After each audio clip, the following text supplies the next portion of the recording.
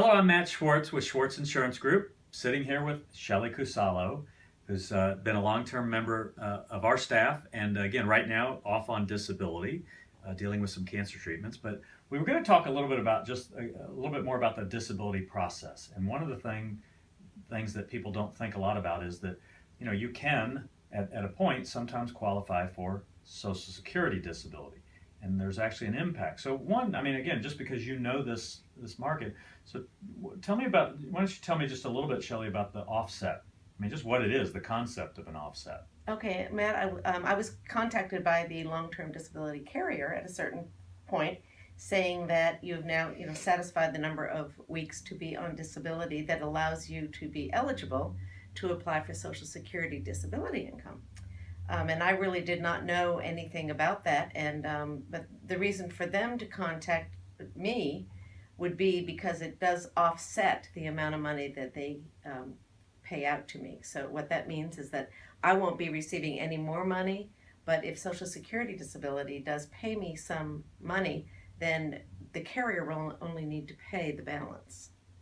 So again, we talked about, in most group disability contracts, the way that it works is if you have a benefit that's set up at a certain amount, if somebody qualifies for Social Security, that amount comes right in. It doesn't change what you receive, but it just changes who's actually paying.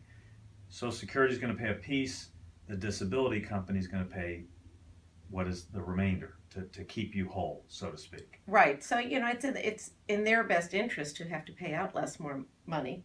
And so I went along with the process. There was no fee or nothing for me to do except fill out some paperwork.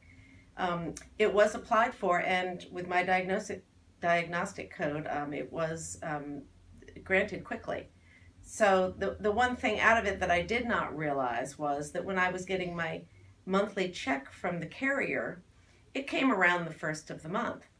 Well, their piece came from the first of the month, and Social Security disability did send me notification that your January payment will come 3 weeks into February. So there was a lag time of income that I experienced, and that was kind of noteworthy because that was something I didn't realize was going to happen, and I just had to deal with that. So just an FYI to anybody else that does have it applied for, there's a set schedule of when you get your checks from Social Security, and for mine it was the third Wednesday of the month for the previous month.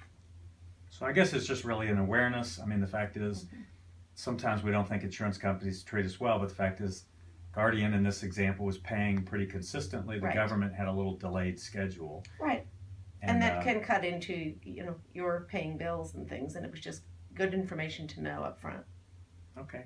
Well, and the other thing just to know is that obviously the carrier, whoever it is, works pretty hard to get this done because they've got attorneys, they've got a team that works on it. A little bit of involvement on your part, but they are going to really take you down that path. Right, and it was a third-party administrator that they, interviewed me with and stayed in contact with it until we started the process, and they were excellent. I had no complaints as far as them keeping me in the loop. Well, again, Shelley, we appreciate your willingness to share a little bit about your story to help others, and thank you very much. Thanks, Matt.